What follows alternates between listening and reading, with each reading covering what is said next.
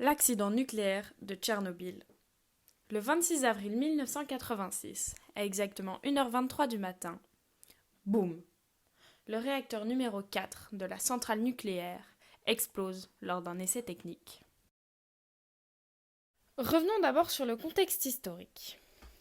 L'URSS censure la catastrophe et cache toutes les informations au monde entier.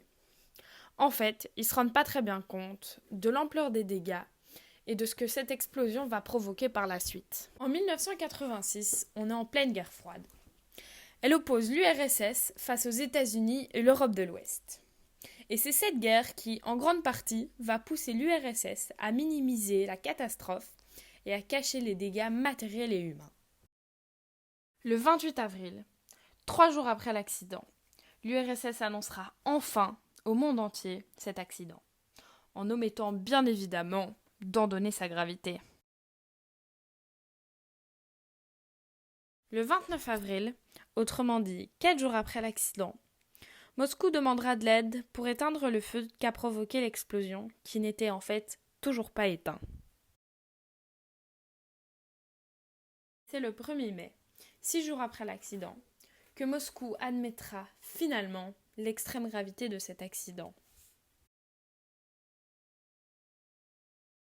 7 mois plus tard, en novembre 1986, le premier sarcophage sera construit autour du réacteur numéro 4.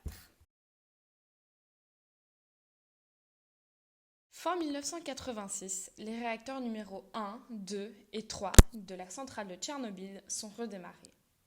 En fait, les gens adoraient aller travailler là-bas. 9000 personnes de 1986 à 2000 y ont travaillé.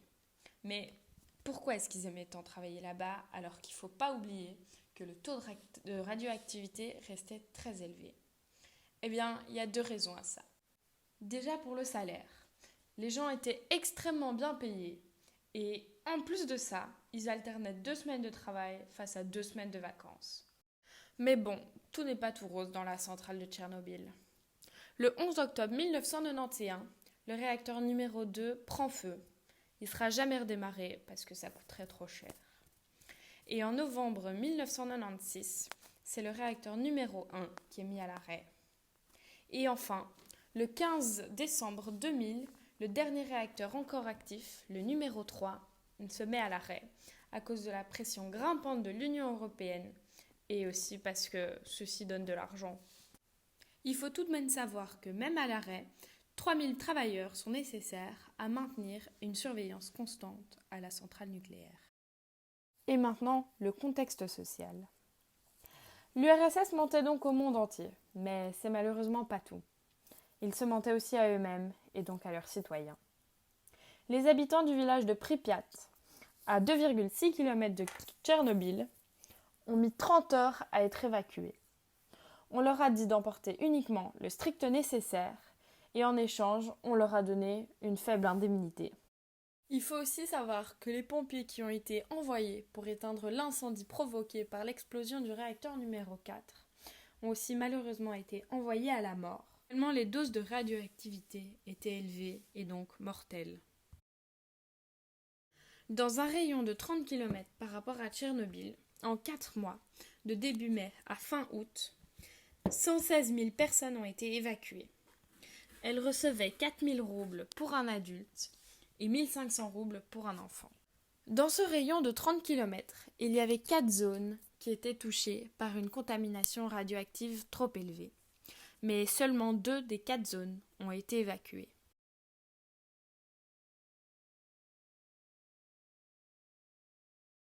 Ce qui est de la gestion de l'agriculture, en réalité, il n'y avait pas vraiment de gestion. En fait, les animaux dans un rayon de 30 km ont été évacués, mais pour le reste, ça dépendait des zones. Donc parfois, aucune mesure n'a été prise.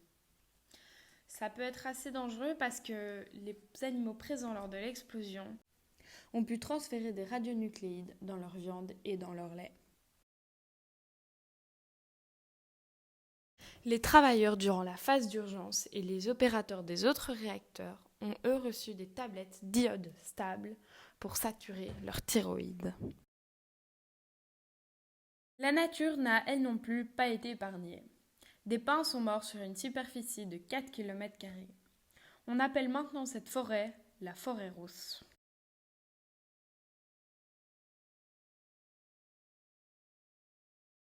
Les animaux ont eux aussi souffert.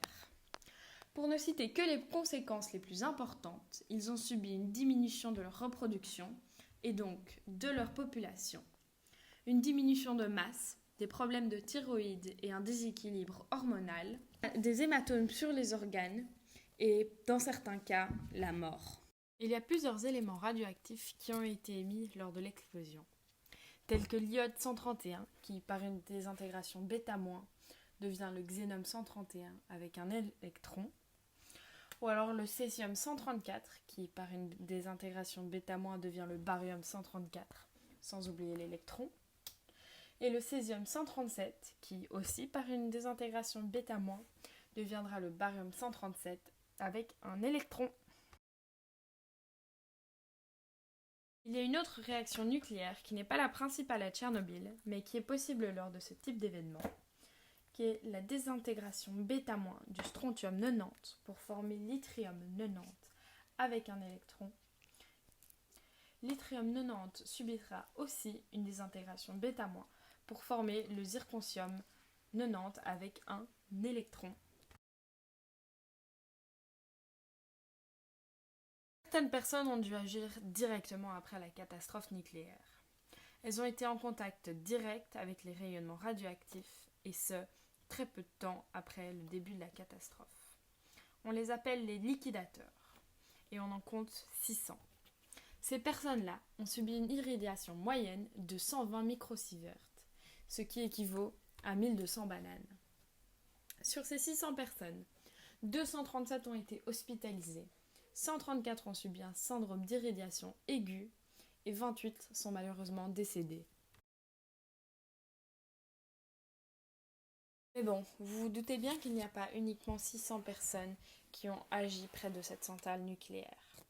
On compte des milliers de soldats venus des quatre coins de l'URSS qui sont venus nettoyer le site et remettre en marche les autres réacteurs.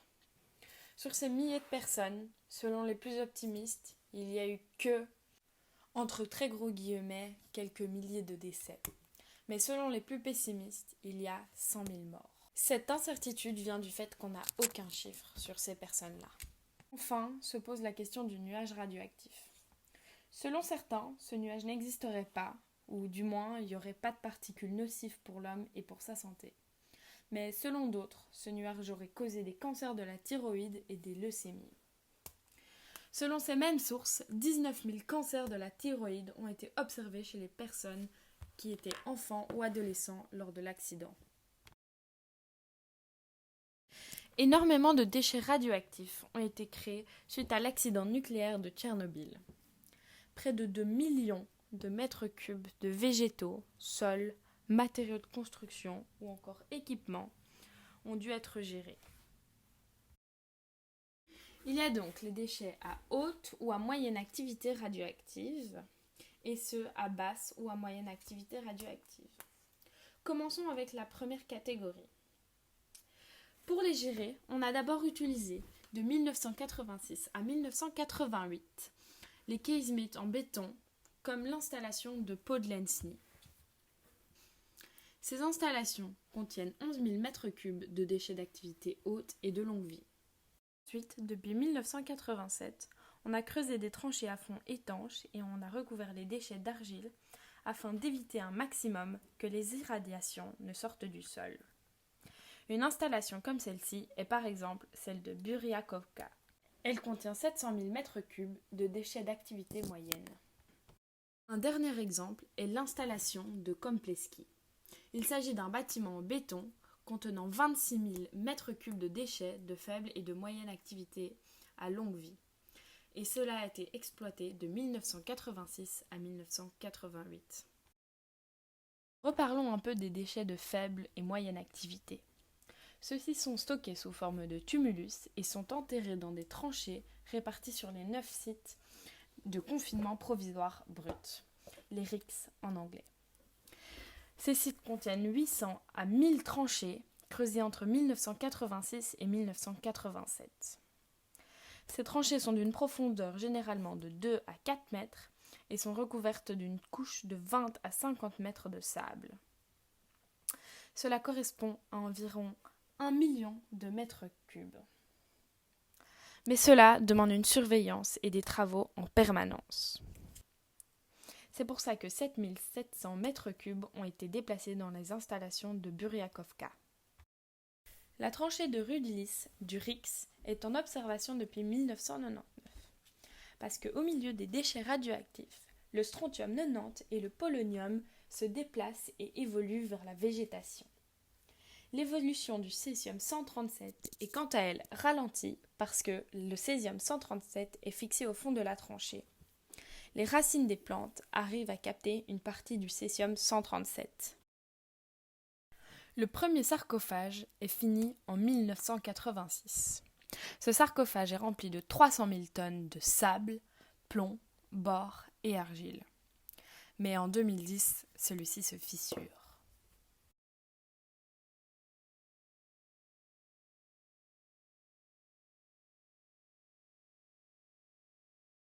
En 2010, commence donc la construction d'un nouveau sarcophage en forme d'arche et amovible. Il a été financé par les pays européens et créé par une entreprise française. Son prix s'élève à 1,54 milliard d'euros. Le sarcophage a été mis en place en 2016, mais n'a été complètement fini qu'en 2019. L'objectif de ce nouveau sarcophage est de permettre la démolition de l'ensemble pour pouvoir faire des travaux sous les abris dans plusieurs décennies. Pour faire fonctionner les réacteurs nucléaires de Tchernobyl, on utilisait l'uranium-235. Cet uranium-235 se trouve trop à droite dans la courbe d'Aston. Il fait donc de la fission nucléaire, et c'est ça qui libérait de l'énergie. Et les isotopes radioactifs émis par l'explosion nucléaire se trouvent tous trop haut dans la vallée de la stabilité. Ils subissent tous une désintégration β-. On peut retrouver par exemple l'iode 131, le césium 137, le césium 134, le tellure 132, le tellure 129, le ruthénium 103 ou encore le baryum 140. La quantité d'énergie libérée dans l'environnement par l'explosion du réacteur numéro 4 de la centrale de Tchernobyl est l'équivalent à 75 tonnes de TNT, ce qui vaut 3 × 10 exposant 8 joules